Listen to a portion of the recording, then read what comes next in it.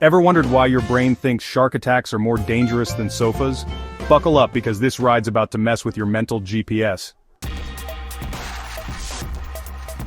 Before we dive into the twisted funhouse that is your brain, smash that like button like it just told you astrology was real science. Comment with your most hilariously irrational belief, and hit subscribe unless you enjoy living in blissful delusion without us. Let's kick things off with this classic logic gem smoking. Nah, it's not dangerous. My great-uncle Frank puffed his way through the 20th century like a steam engine and still outlived 3 wives and a parrot. Sounds convincing, right? Wrong. Dead wrong. But in a hilarious way. Or how about this one? Cleveland is super safe, man. I've got a buddy who lives there, leaves his door wide open, even puts a note that says help yourself on his fridge. Never been robbed. Ever. Now these aren't arguments. They're stand-up routines disguised as logic. What we're seeing here is not just dumb luck, it's what psychologists call the availability bias. Here's how your brain works. Imagine asking someone, are there more words in English that start with the letter K, or words that have K as the third letter? And most folks say, well, words that start with K, duh, like kangaroo, ketchup, Krispy Kreme. Wrong again. Plot twist, words with K as the third letter are more than twice as common. It's just that your brain can't be bothered to go digging for words like acknowledge or bake because it's lazy. Yep, your brain's a couch potato. See, this is the availability bias in full ridiculous bloom. We think something is common just because we can remember an example of it quickly. And if it's easy to imagine, well then it must be true, right? Spoiler alert, nope. Let's talk about the brain's disaster playlist. It includes plane crashes, shark attacks, murderous clowns hiding in sewers. But it skips the boring stuff like type 2 diabetes, stomach cancer, eating gas station sushi one too many times. Why? Because the flashy stuff hogs the stage in your head. And if it doesn't involve explosions, blood, or creepy circus music, your brain's like, meh, no biggie. Doctors do this too. They cling to their greatest hits treatments like it's a medical version of Spotify. Got a weird rash? Boom. Antibiotics. Mysterious headache? Bam. Painkillers. Grew a third eyeball? Just rest and drink water.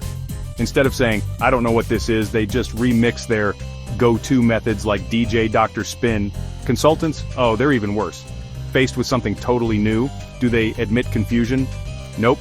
They whip out a PowerPoint presentation last used in 1997 and slap a buzzword on it.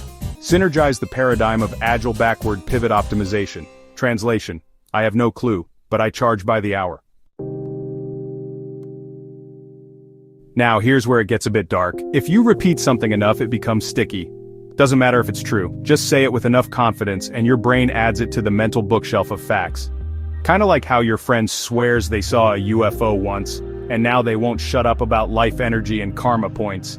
Yep, that's the availability bias turning your brain into a conspiracy-themed podcast. Even in the big leagues, corporate boardrooms, the same circus happens. Instead of talking about stuff that really matters, like the fact half the employees want to quit, and someone in R&D is secretly growing mushrooms in the break room, they just stare at quarterly reports like it's the Dead Sea Scrolls. Important stuff, not on the agenda. But if it's got a bar graph and a color-coded spreadsheet, suddenly it's gospel truth.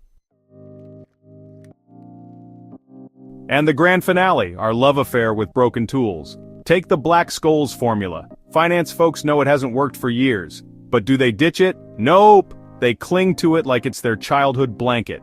It's the equivalent of being lost in Rome and using a map of Chicago because, hey, it's the only one I've got. Ladies and gents, this is what happens when we'd rather be confidently wrong than awkwardly uncertain.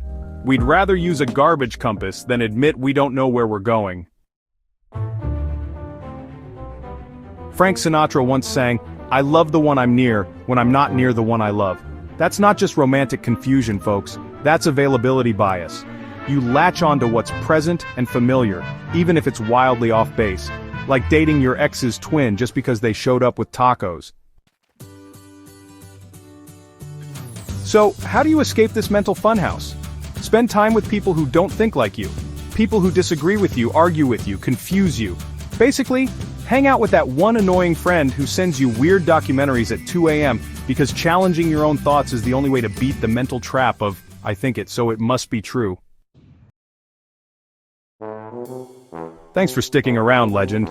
You just survived 8 minutes of mental gymnastics, irrational logic, and the cognitive equivalent of walking in circles with a broken GPS.